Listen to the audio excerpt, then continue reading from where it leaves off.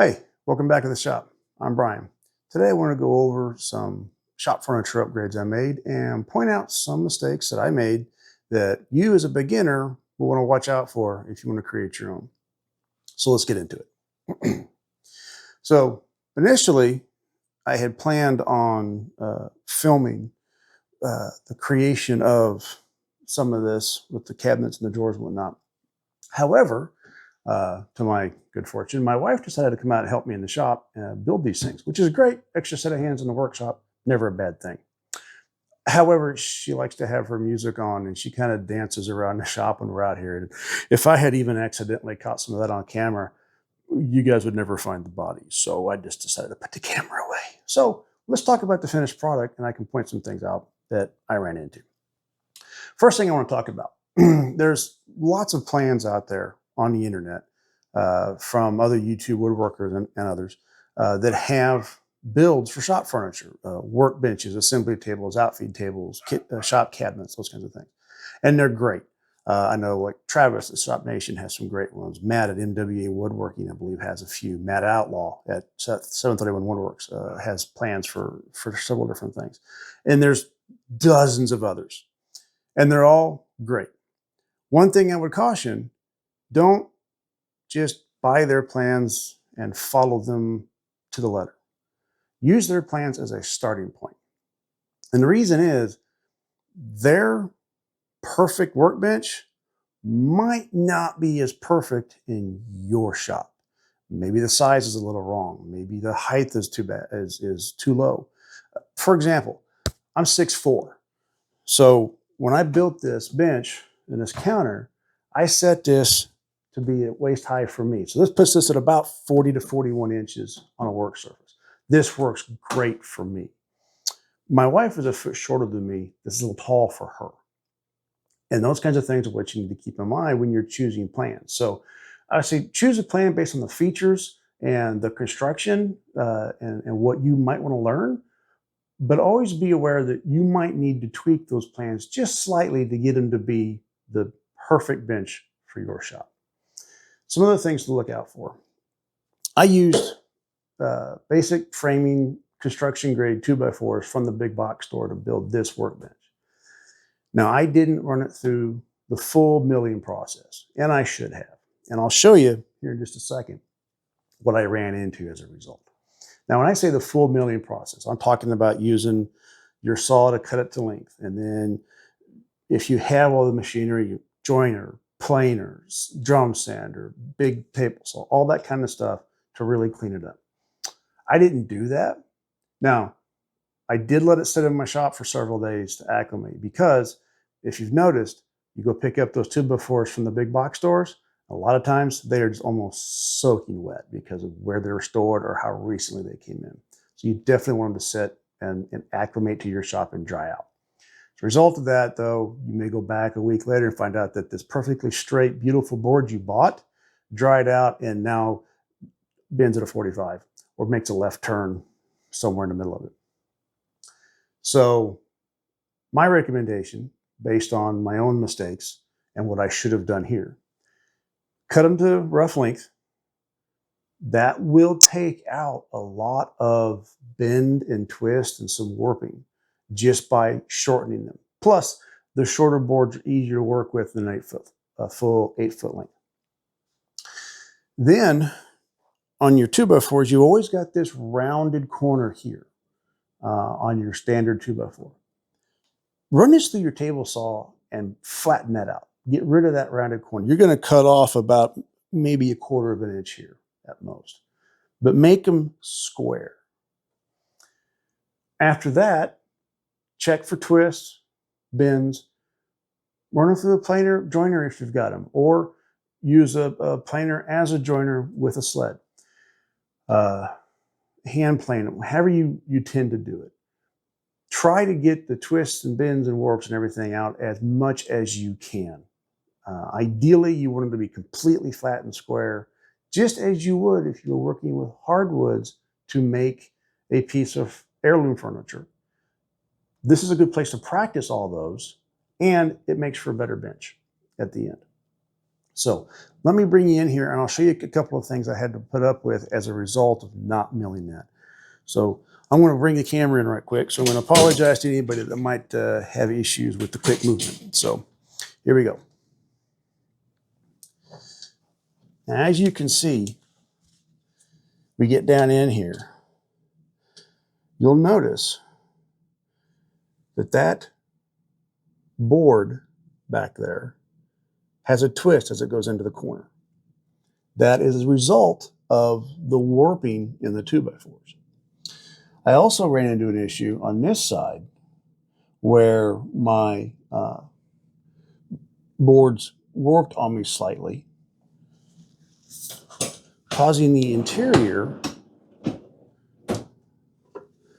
way back in there that you can't really see to pinch, meaning that this drawer doesn't want to close.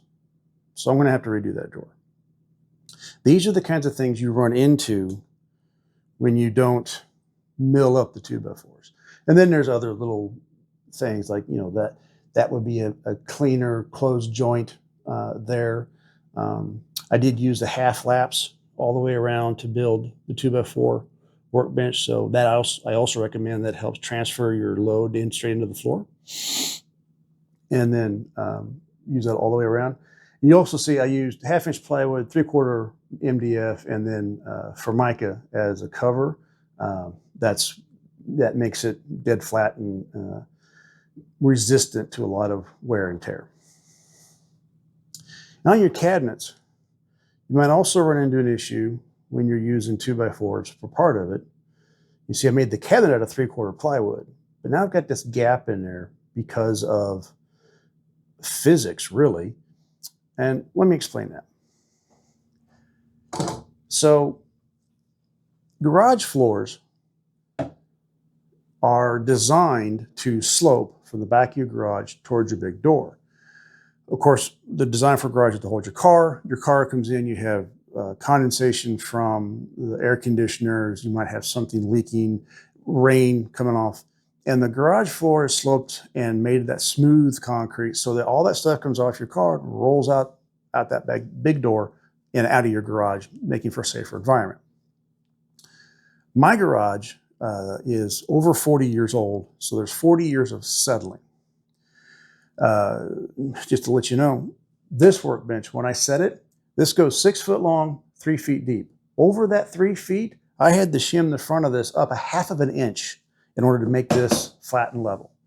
So that's what kind of slope I'm dealing with here. Yours may vary depending upon age of your home, materials it was made out of, and your conditions where you are. But that slope is something to keep in mind. Another thing that I did that you may want to avoid, possibly, I used 2x4s to make a frame for my cabinets to sit on down here instead of using plywood. And again, they wander, they bend, they do all kinds of weird things. So I had to overcome that to get them level. So that's just something to keep in mind as you want to build your cabinets. I did 2 different ways of building these drawers. The drawers on this side, I made the box and then I glued and brad nailed the bottom to it. This works fine. It's durable, it's strong. The wood glue is going to hold this for years and years. This works great. These, I put together the box and then I ran a groove, a dado, through the 2 sides in the front so that I could then slide the bottom over the back and into that groove and then lock it in place.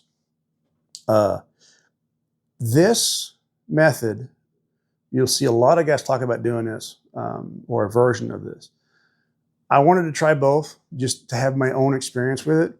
And I can say one thing that you get away from doing this method that you don't hear a lot of people talk about with this method is having to deal with the glue squeeze out whenever you're bradding and everything. You got to come in pretty quick and wipe down glue on the outside so it doesn't interfere with your drawer slides. And of course, you got to wipe it down from the inside so it's not ugly later.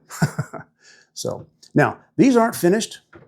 We have plans to come back and actually use some hardwood, a white oak, to put as a edge trim on this and for drawer faces to kind of pretty this up a little bit.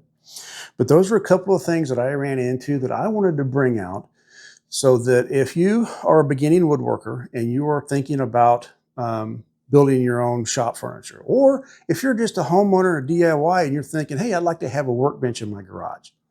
These are some things you need to kind of think about ahead of time. So my recommendation is if you're going to use a 2x4 framing like this, cut your pieces to rough length first. That will take out a lot of the bends and twists and warps. And then going through your table saw to cut off these round edges to square up your boards. That'll help with measurements as well as make nice clean joints whenever you put everything together. And then if you have a planer, use your planer to help take out the last of those bends, twists, and warping. That'll make much easier to deal with. Your measurements will be truer and you'll be able to square up to your, what are probably going to be inconsistent garage walls, make that a lot easier on you. So I just wanted to point these things out to you right quick. Again, I had hoped to film some of the build, but I wasn't able to.